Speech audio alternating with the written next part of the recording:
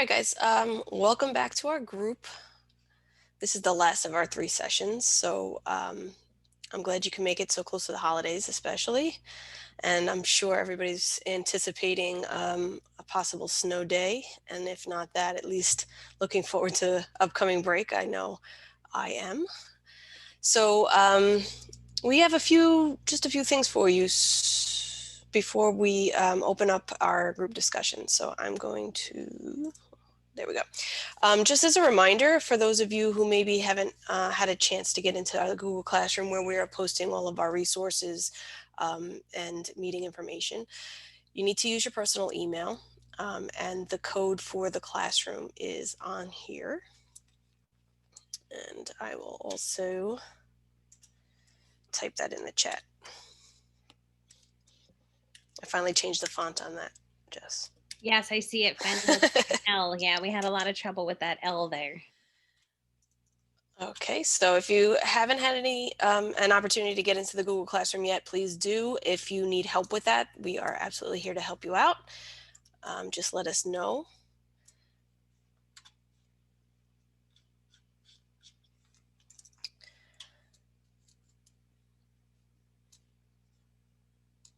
Okay, Jess, do you want to talk about Sure. the little icons here and your mission statements?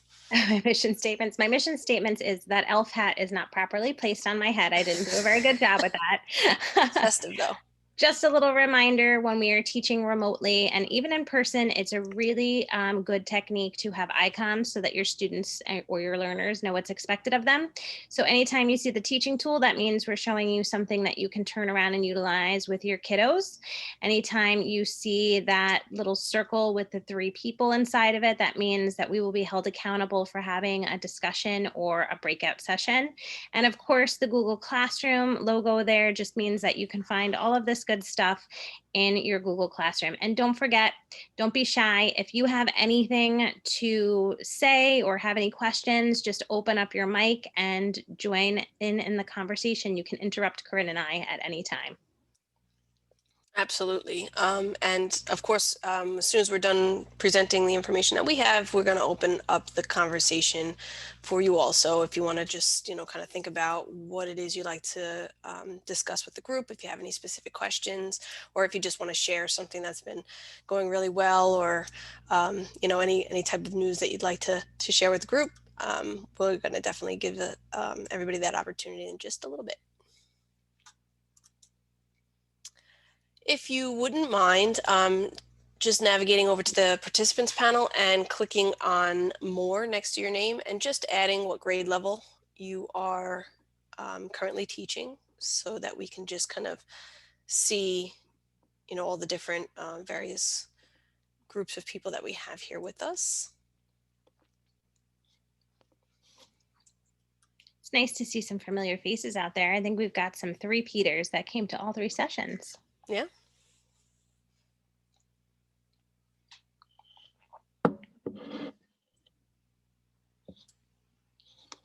Great. So we have, again, I think we had said this last time as well, that the range of different grade levels that are being taught. We do have a significant amount of secondary level, but it's really all over. That's great. It just helps us to see where everybody's coming from, and what kinds of different experiences you might be having in teaching remotely. And how similar they may be, even though the grade levels are so different. Mm-hmm. Great. And just as a reminder, we had set aside these essential agreements when we first came together as a group. So throughout the sessions that we wanted to come to some sort of understanding of what's expected in terms of how we want to participate in this group. So we've decided that choice for students to provide better feedback, voice, because as teachers we have a voice and need to hear our students, also respect for one another and our collaboration and listening to each other, which I, of course, we've been doing very well, reflecting on what's working and being able to admit when things aren't going as well as we'd like.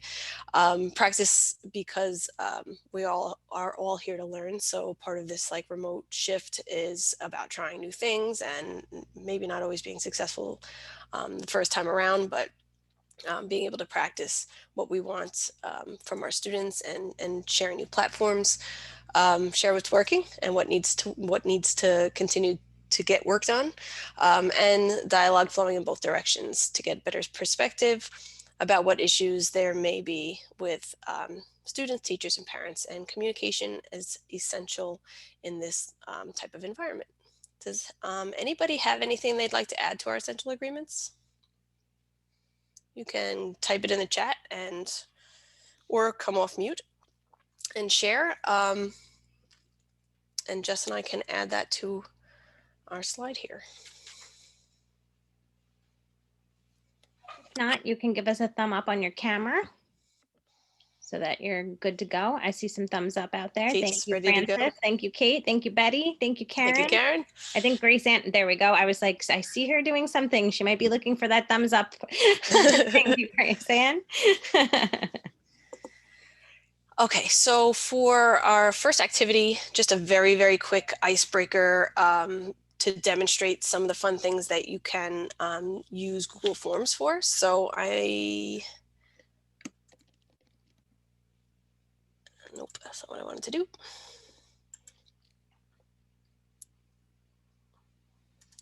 I am going to put that in the chat and ask that you just answer those very quick questions. I think there was like 3 or 4 questions on our icebreaker. They're very serious questions, so you have to put your serious hat on. Very, very serious questions.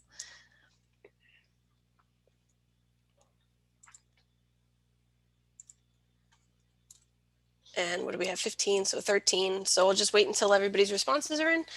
And I just wanted to just demonstrate a couple of different ways that Google Forms can be used. And I know a lot of teachers are using it to create classroom assessments, but I also wanted to bring up some different options for creating assignments and different activities that you could do with Google Forms. So I'll stop talking now. I'll let you do the questions. As soon as we see the responses go up, we'll take a look at the results.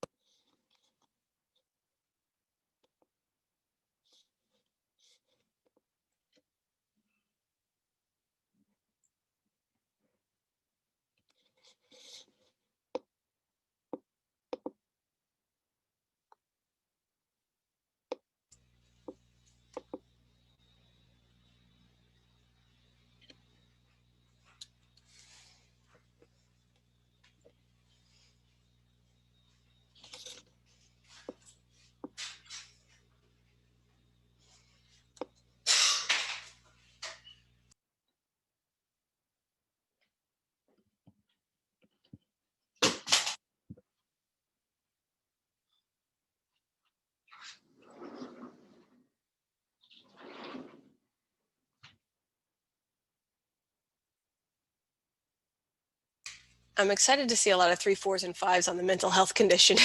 Yeah. I was a little concerned about that question. Is the snow day helping with, is the anticipation? Yep. Kate's like, yep. The anticipation of a snow day is making that mental health a lot higher on that spectrum. That and knowing you're only a couple of days away from vacation. I can't wait to see all of these nicknames. I was just going to say that I'm not even going to look at the results until you share them because I want to be surprised. Are you not seeing my screen right now? I can see it, but it's so tiny. Okay, don't look. The first one is classic. This is great.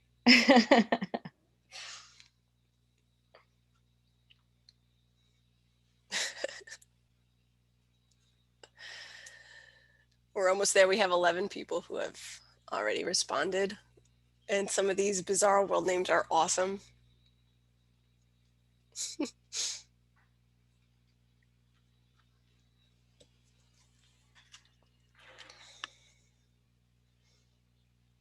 I'm really interested in seeing what the last thing people ate was.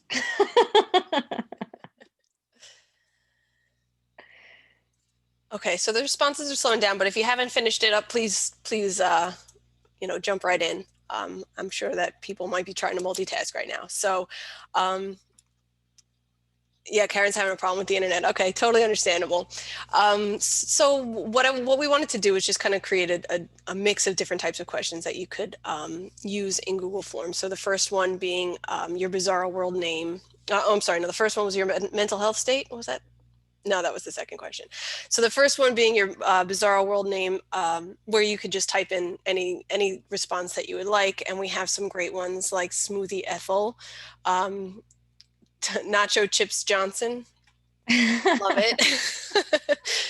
Chocolate Gamecock might be my favorite. Is that Kate? Is that you?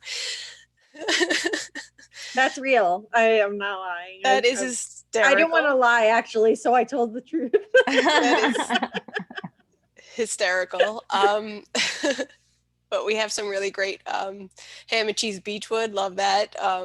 Popcorn Arthur. I mean, these would be great Bizarro World names if we were, if we were indeed in Bizarro World. So obviously that was just fun, and that was for your anonymity, and that's what we'll be referring to Kate from now on as. And the mental health state, again, is just a breakdown of a multiple choice question. So that you can see as a result how many of your students maybe have answered the question in what way. So not just knowing how many got right and wrong, but what if they chose the wrong answer, how many of them did.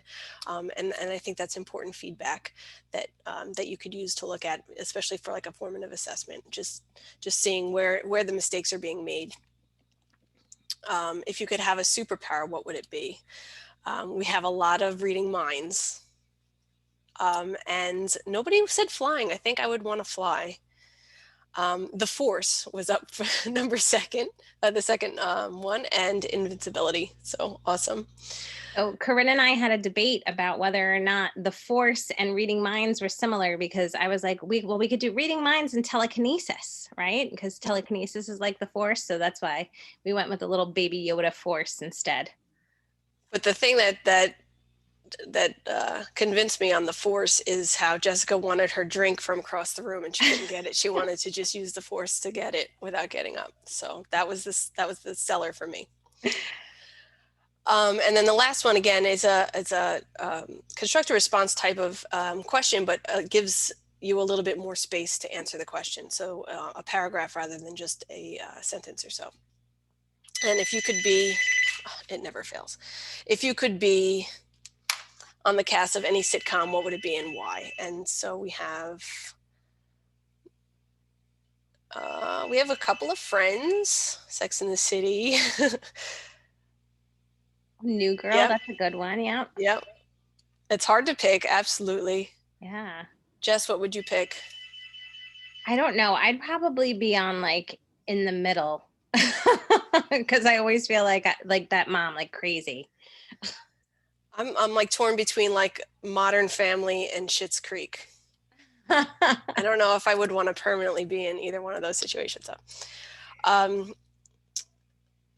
And how are we feeling about technology? Okay, so 72% are saying they were getting better, and 27 are ninjas. Feeling the ninja vibe. I love it. And I'm glad to see not too many people are said, no, nobody said that the computer is winning. And that's good news. Okay, so again, this was just a fun way for us to look at the different question types and then also the feedback that you get using Google Forms.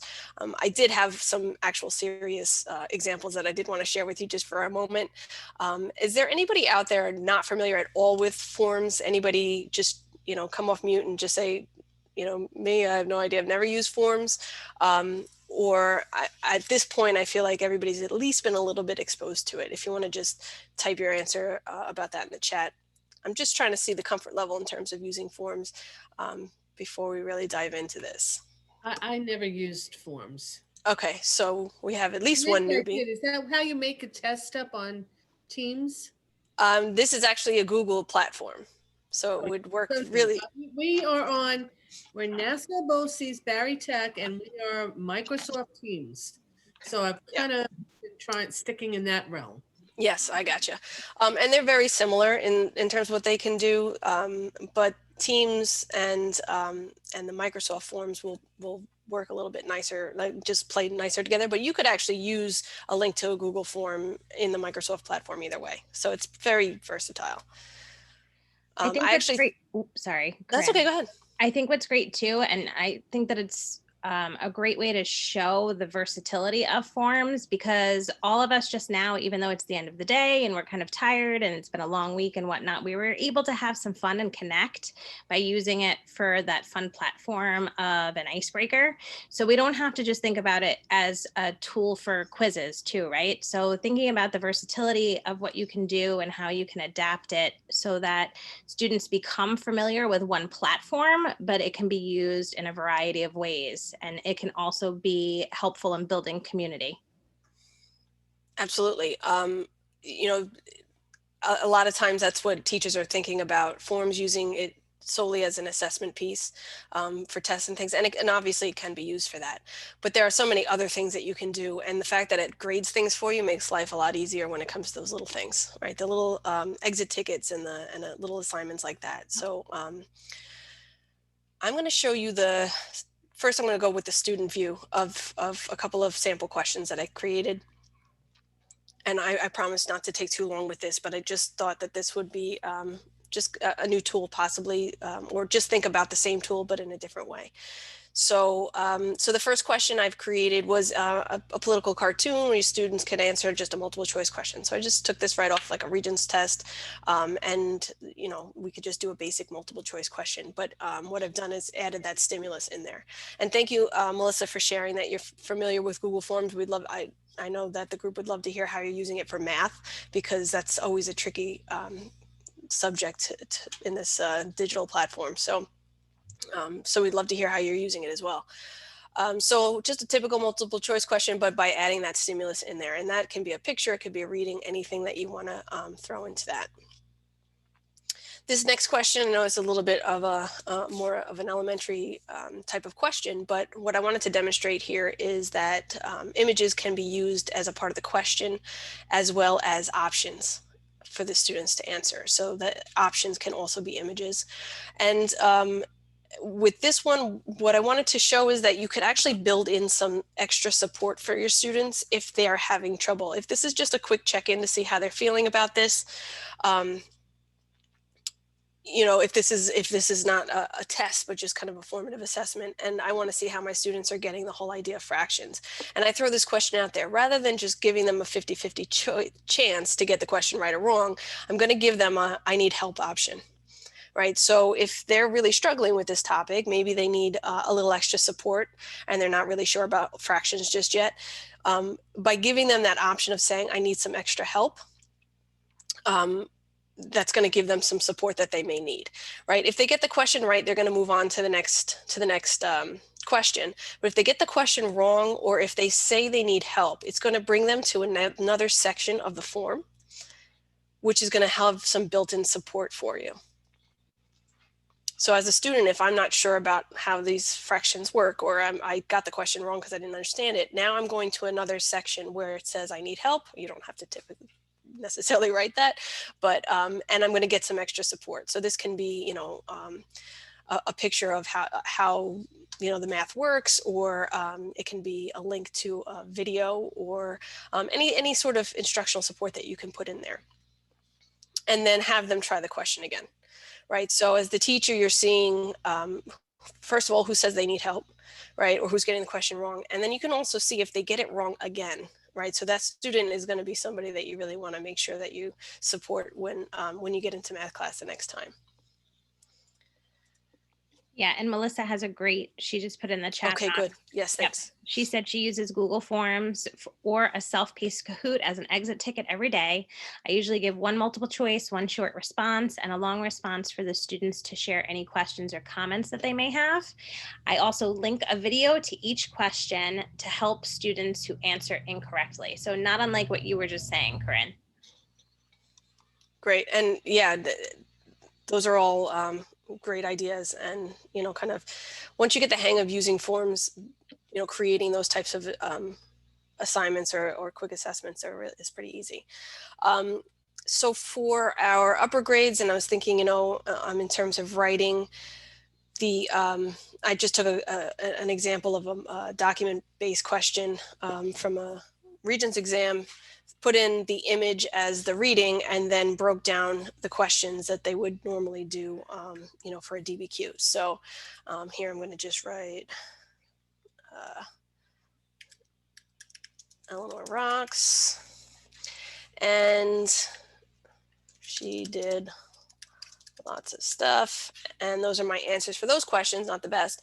And then I can actually upload an essay document as well. So I kind of looked at this in two ways. One, if you're just introducing maybe a longer written response for your students are just learning how to do this, or they're just learning certain writing techniques, you could have them actually break down the writing process within the form itself. So for this is a Regents essay, and the task is asking for two individuals that are mentioned and to describe the condition that led to the individual to take action, and then what impact that has on the United States or American society. So what I did was I broke that task down. So if we're working on writing a thesis statement, or if we're working on topic sentences, this would be a great way to break that process down by breaking it into, specific written questions where the students are going to really hone in on one part of the task at a time.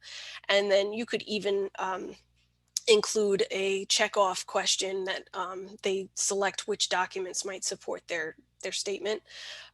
Or the other option is, you could do that individually for each part of the task as I have it here, or you could have the students upload their essay directly into the form by adding this upload option. So if this is the upload option, let's say I have students who've been working on essays for a while, they don't need all that structured support, I could just ask them to submit their their essay into the form. Now, this is, sure, they could have just, handed this in a different way, but by doing it this way, what Forms is going to do is create a folder for you in your Google Drive where all of your students' work is going to go. So it's just a really nice way to stay organized. It's a really great way to keep everything all together. And it's really easy to see who answered the questions and who didn't, or who submitted it and who didn't. Okay, so I'm just typing anything in for those, but that's just the task broken down. And then I'm going to submit. And after I submitted it, I get that confirmation that my assignment is done. I did a good job. Yay, I feel good about that. And now from the teacher end of things, if you want to see what that information looks like from the responses, again, like you saw with the icebreaker, all of your data is broken down for you in this nice kind of item analysis from Google Forms. So you can see who said they needed help, and you can see if they got the question wrong twice. All of their written responses, all of the people who have uploaded their essays, and all of their constructive response answers. Any questions? Just feel free to open up your microphone and shout them out. Or you could, if you feel more comfortable putting them in the chat box, you can do that as well.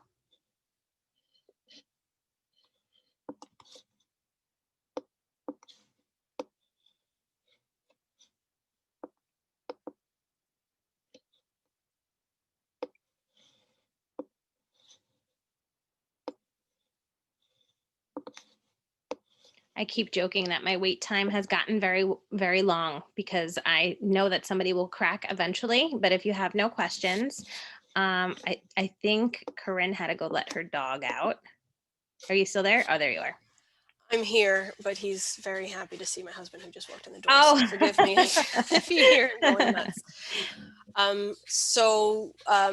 Breaking down question by question, kind of looks very similar as it does from the student view. Just quickly, the way that I was able to create that I need help section was by clicking on the question, and then this little snowman on the bottom right-hand side of your question box, I selected go to section based on answer. So when I click that, you'll see these options come up. So I can kind of designate where the students go, which section of the form they go to, depending on how they answered the question. So for the wrong answer, I'm going to send them to that I need help area. For the right question, I'm going to let them go on to the next section where the new question is. And if they say they need help, obviously they're going to go to that page that's going to give them the support. So I added a section using this button on the bottom of this toolbar. The new section is going to be where I put in that video or any other supports that I need to give to the students to try that question again. And the third section is where students would just jump over section 2 if they got the question right. All right, so that's great for formative assessment. Sure, yeah. Just gives you a little extra layer of information on what your students are thinking. And I think if, a lot of times the multiple choice questions, especially if they're not in front of us and we don't see them doing it, it's hard to tell if they know it or if, they have a 1 in 4 or 1 in 2 chance of getting it right on that question. It was 50-50. So it just gives them a little bit of a safety net to say, I'm not sure. Any other questions on how I included any of those other question types?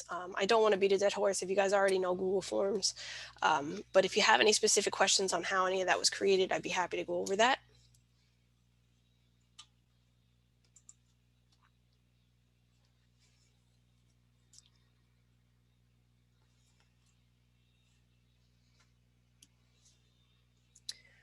Okay, all is quiet. If anything pops up into your head, please don't hesitate to ask. And if you're fiddling around with it afterwards and you come up with some questions, don't forget, you can just email Corinne or I, or you can just drop it into the Google Classroom and we'll get an alert and know that we should get back to you, try to help you out. Absolutely, anytime. I'm here to help. Okay, so since we had such a great number of people interested in doing these collegial circles in the fall, we decided that it wouldn't be a nice idea to continue them throughout the spring, or into the spring, I should say. So we did post another group of these sessions on My Learning Plan. So depending on if you're from Nassau or Suffolk County, there's a link to register for the next set of remote teaching collegial circles, which we have scheduled for these 3 dates. I'm glad that Karen's excited. This first date we just changed, realizing that the original date we had come up with was actually during the February break, and we didn't think you guys would want to hang out with us then. So we changed it. So when you look on My Learning Plan, it may still say the 18th, I think it was, but just know that we're not going to keep it that way. It will change. And if we put the links here so that you could sign up today, not realizing that the date changed until we spoke this afternoon. And so you might want to just hold off. We can send the updated link with the dates, but if you want to write these down now so that you have them. And yes, Elizabeth, there will be different topics each meeting. So, and we really are looking to you guys to figure out what it is that you would like us to carry on with. So any input that you want to give or anything that you have any, specific interest about learning more about, just let us know. Sorry, the power went out in the school. Oh God. Well, how dare you, Brett? So that's why I'm on late. So I apologize. But the power went out in the school. Sorry to hear that, Brett. I'm glad that you're here. And just so you know, we're recording, so you'll be able to catch up on the first half of the meeting, and we'll post that in the Google Classroom. Thank you. I appreciate it. No problem. I'm glad you made it. Okay, so at this point, I think we can turn it over to you all and just open up the floor to any questions, issues, concerns, or wonderful things that are happening out there that you'd like to share. I'm going to stop sharing my screen. Yeah, last time we shared, you had a lot of great things that you were doing within your districts. So that thumbs up is really just if there's something out there that you're doing or something new that you've tried or that a teacher in your district has tried and you've heard is working really well, if you could share that out with the group. And then the other piece of it is, what do you need to know? What do you want to ask the group? Do you have questions for people? The idea is that we are coming together from all across the island. So, you know, the more minds that can get together to help problem solve, that's what we're here to do for you. So any questions, any things you want to highlight, now is the time. Hi, Jessica. This is Kathleen Stanley from Lawrence. And I know that many districts have just completed their progress reports at the secondary level. And I've heard all across the country that grades the first quarter and going into the second quarter are very low. And a big part of that is attendance. So I'm wondering what other districts are doing to try to improve attendance and if they're finding lower grades than normal.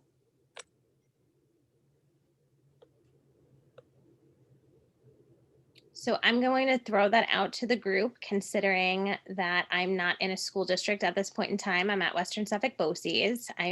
So what are we doing in our districts about attendance affecting grades?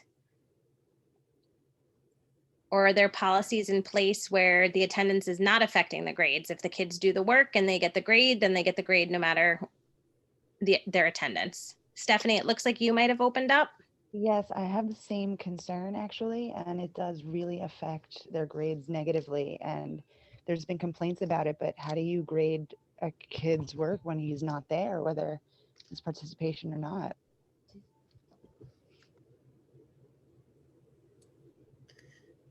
I think if the student isn't there, they don't deserve, even if they got a great grade, they don't deserve the same grade as somebody who comes every single day and gets this an equivalent grade. It's just not fair. I mean, at some point, participation has to count. But a lot of schools have hybrid or completely remote. But even in remote learning, if they don't make meetings, you know, when we've gone remote, some of the kids just sign in and they can go anywhere, go out for the whole day. It's nothing to sign in, say good morning. But if they don't meet make the live meetings and do the work that day, they can't be marked present, in my opinion.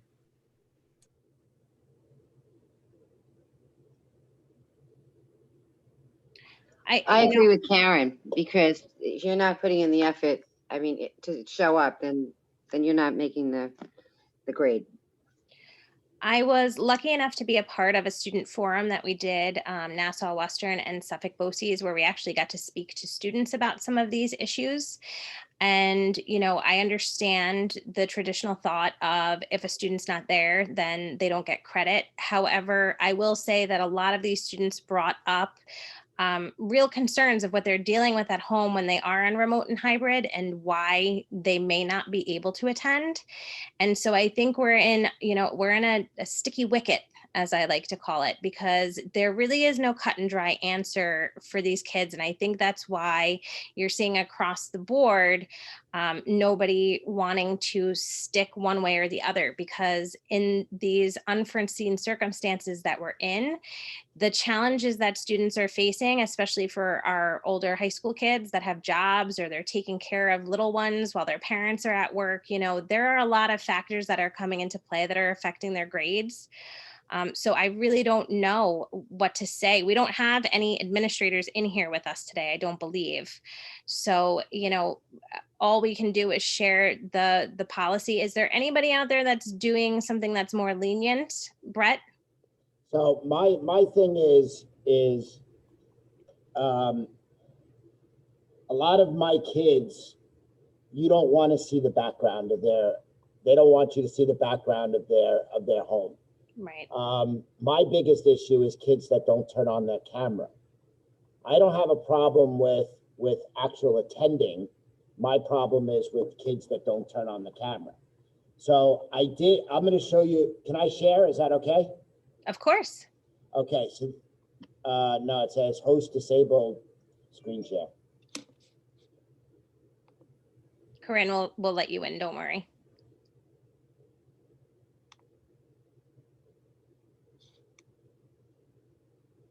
Yeah, Darla says she errs on the side of Okay. kindness. So this is what I do every day. My students log on. My virtual students are allowed to log on 10 minutes after the period starts.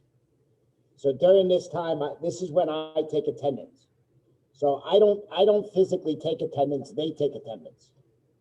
Okay. So in each one of these, I open up the column every day that I want them to work in. So they have a choice between P or V, which is present in class, or virtual. Okay. So that's how at the end of the day, that's how I know whether or not they took attendance. I lock it at the end of the period, so they can't go back and fix it. So they do this throughout all of these dates throughout the time. So as you see with this class, this is my first period class. I only have one kid that came to physically class today. Everybody else is virtual. Okay, so that's how I tell what's going on in my classes, and I do that for every class. So during that 5 minutes that they have to go from point A to point B, this is what I do every day. And so they're responsible for their own attendance. I'm not responsible for their attendance. I put it into PowerSchool, but I'm not responsible for it.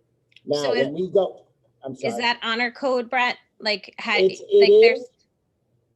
is, but I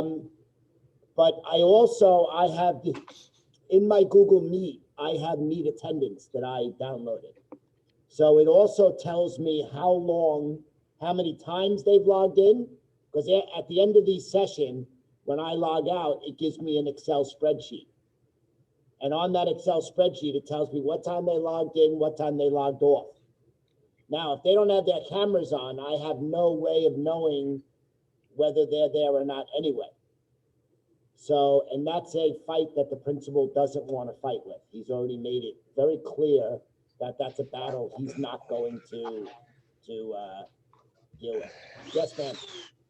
Go ahead. But Patrick. how does it work? How does it work when, like, I have students that are 11th and 12th grade, and they sign in with no camera on, but who knows what they're doing? They could be falling asleep, taking a nap, watching TV, playing their games. I have no control over that.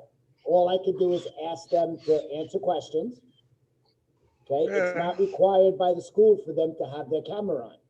So I can't. No, my school doesn't require the camera either. Right. My school doesn't require the camera either, but at least every once in a while I'll call out a student's name and be like, Joe Schmo. I call on them the whole period, but I also know, when they don't answer, then I kick them out of the meet.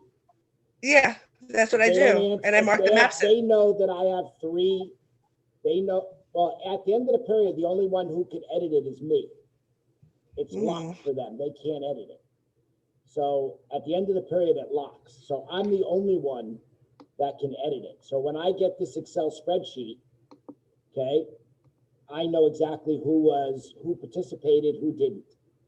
Okay, I have them put that little finger up, the thumb up, when I ask them for questions that they understand, if they don't want to talk.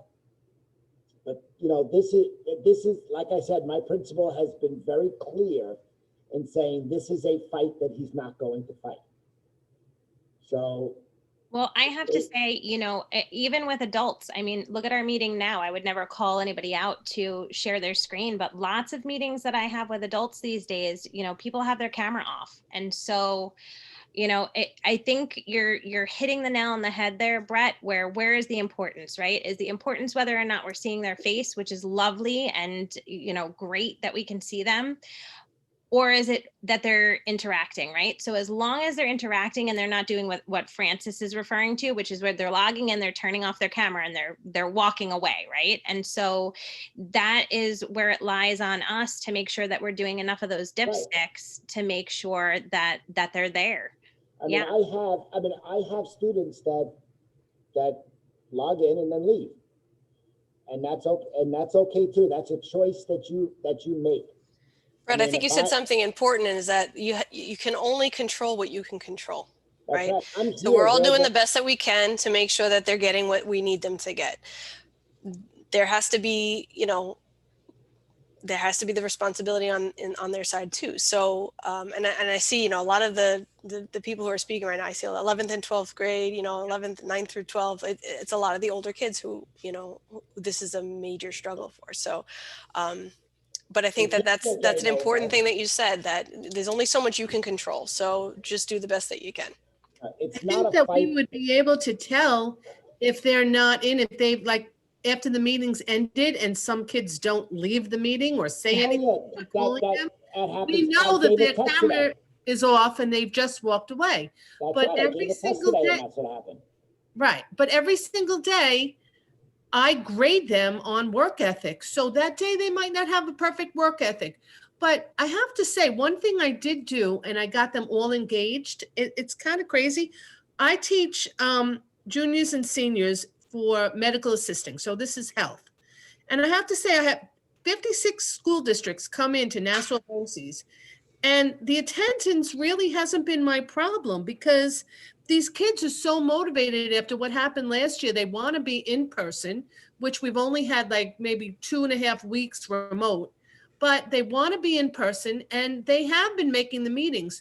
But one of the things I do with them, one day I was doing pharmacology with my seniors. So I told them, everybody bring 2 supplements that you use every single day. And I saw vitamins, they brought medication. We do scavenger hunts. And the first day it was bring something that you love more than anything else and something that you can't live without. I saw cats, dogs, snakes, grandmothers, little brothers, but that kind of gave them the motivation to turn on their camera, and it engaged them, because sometimes you're talking to them and asking questions and you have to keep answering, asking, because they're all half asleep. But when you have a scavenger hunt and utilize what's in the house, it really engaged them and made them happy, and they turned their cameras on. Well, that's a good positive story there, Karen. Thank you. Absolutely.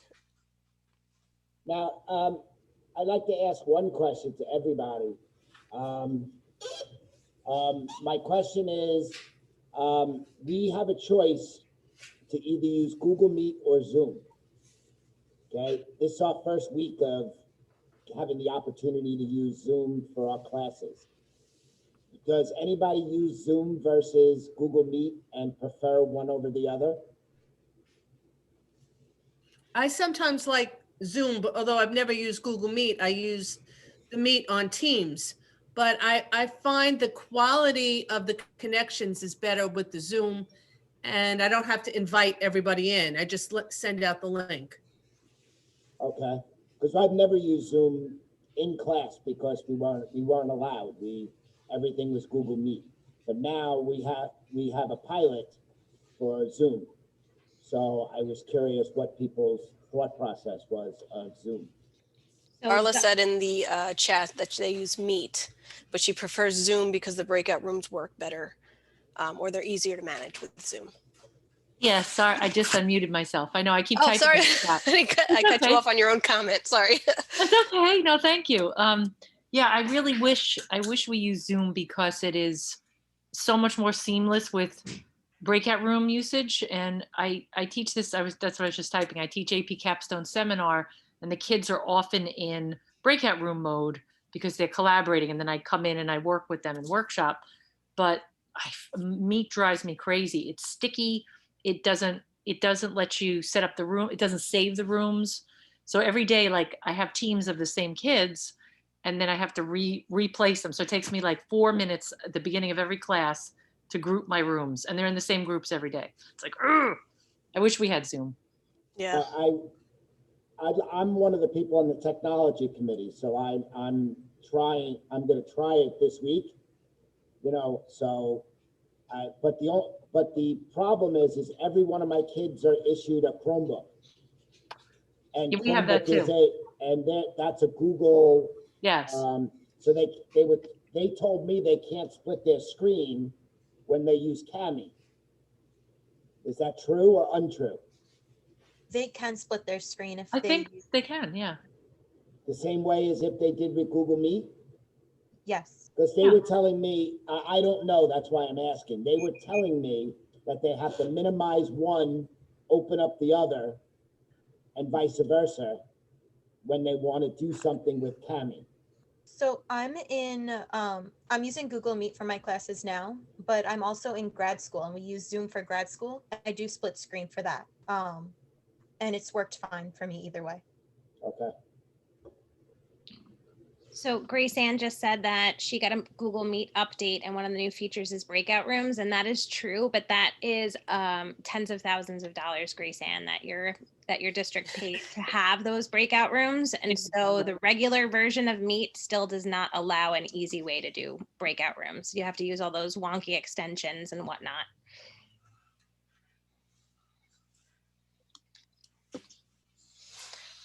So I think that answered, Kristen, I think that answered your first question about the rights to the Google breakout rooms.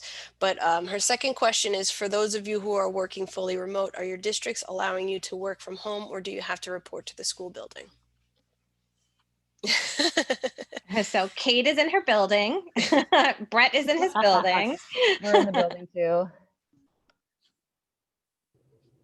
And are you, well, we saw Brett's attendance, most of his kids are virtual, but you do have kids coming to the building, right?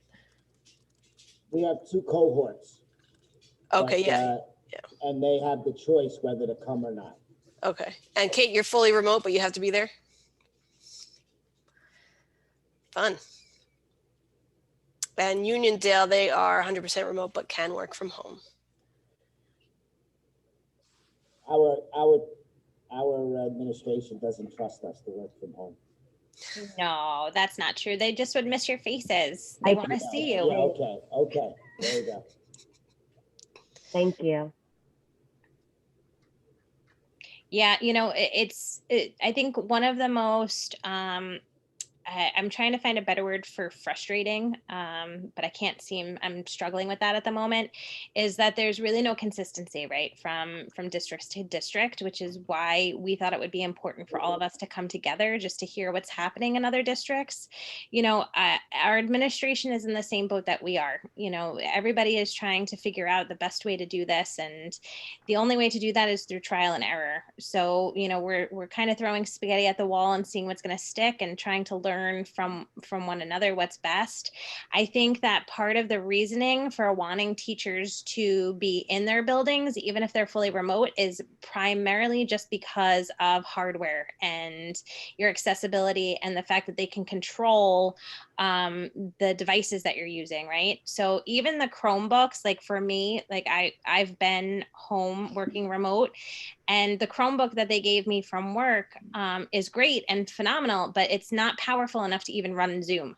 So I kept I didn't say that before, but some of the things that we're sending home with kids and that we're sending home with adults don't have the same capabilities as the hardware that we have in our buildings. So I think that's part of the reason that they're requiring people to stay within their buildings, is because they have, not unlike what Corinne pointed out before and what Brett said, is, that's something they can control. They can control that. They can have IT people there to help you. If you're at home, you're on your own and they can't really help you out. No, I get that. I guess I just want, because the numbers are going up, and I just feel like, the less people in a building, and we should have that option. And my union isn't saying what's giving me any answers to that. Yeah. So I was just curious to do my own survey and see what school districts on Long Island are, allowed to have that option at least. My school just actually made a teacher resign because they won't let her teach from home. I've heard that a couple answer. times. Yeah. Yeah. is they terrible. made her resign. I've heard that a couple of times. I've also heard that people have been, again, struggling for words here, encouraged, I will say, to take family medical leave if they don't want to be in the building. So I've heard that Yes. across the board as well.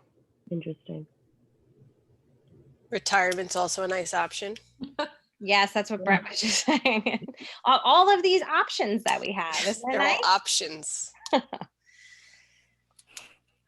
There's a light at the end of the tunnel, though, folks. We're gonna make it. This is Well, not the forever. vaccine. This is not forever. Okay, we got about 5 minutes left, so it's crunch time. Any other burning issues or questions? Anything that's working really well that you wanna give yourself a shout out or give your district a shout out, I think is really important too, because I know that you're doing amazing things every single day.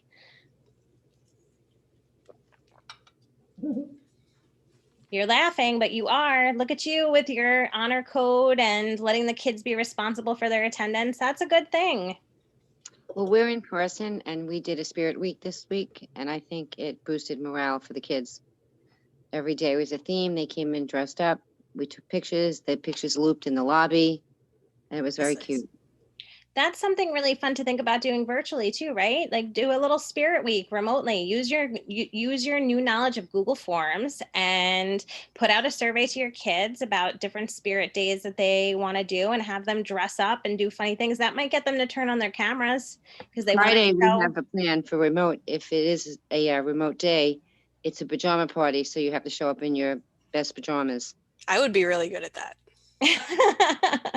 So that's the deal. So I'll have the camera on. Well, that's awesome. I show up in my pajamas, but I put the camera off. But now the camera's going on tomorrow. Elizabeth. Yeah. So now, Karen, now we know you're wearing your pajamas. By this time of the day, I'm dressed. I wouldn't judge you on that, Karen. That's I like to always invite the kids to show me something that they know that might help what we're doing. And they love to do that. And I always did it, like in the classroom in regular times, but it just creates this nice atmosphere of collaboration. Yeah. Yeah, I keep telling, well, not telling, but I keep advising teachers, don't let go of those things that you really love doing in person, especially when it comes to those community building things. Mm-hmm. It's pretty easy to adapt those into remote learning. It just takes, and a lot of the times you don't even need a special tool to do it, so making sure you're making those connections, making sure you're not losing the things that you loved about being in person too. How can we modify that for remote? Betty, did you want to say something? I keep seeing your beautiful face pop in and out, but I'm not sure. Now I've probably scared you away. My camera is like not working, so it goes in and out. Okay. Yeah, sorry. No, don't apologize. I just didn't know if I was cutting you off. I was like, oh no. My camera just goes in and out. I got one more question for everybody, if they don't mind.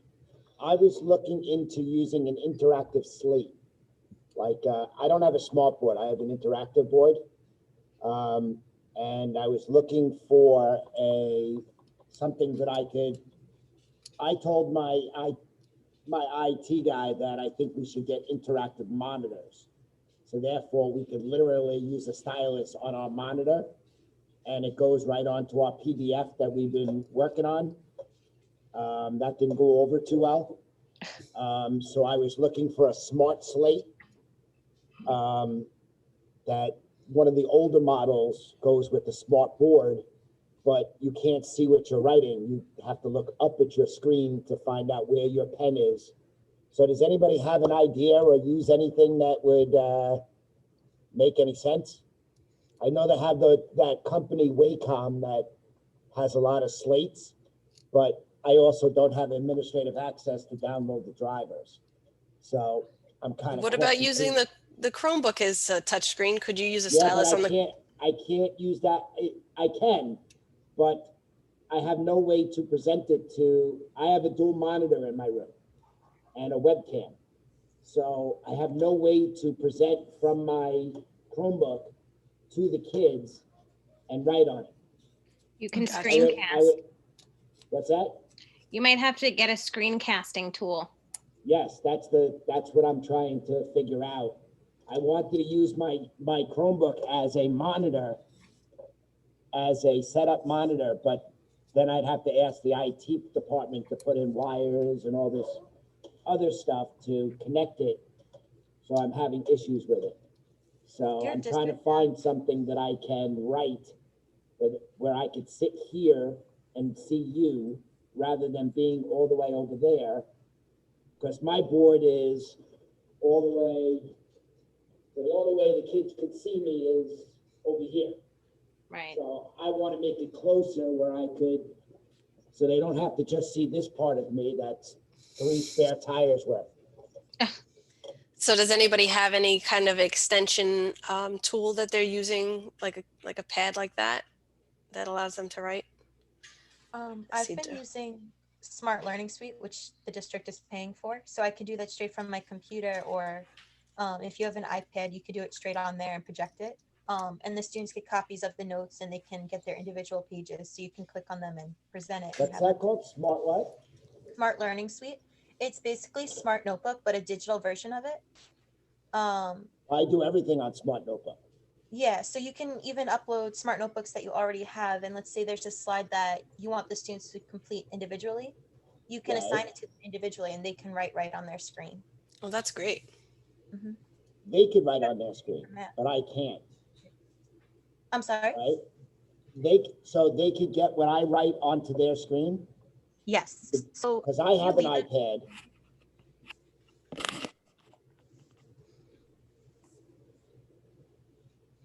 So this sounds like this tool would work well with a iPad because you can write directly onto it with the stylus. Yes. I'm gonna actually look it up when I get it. I put that in the chat, Brett. So it's called Smart Learning Suite.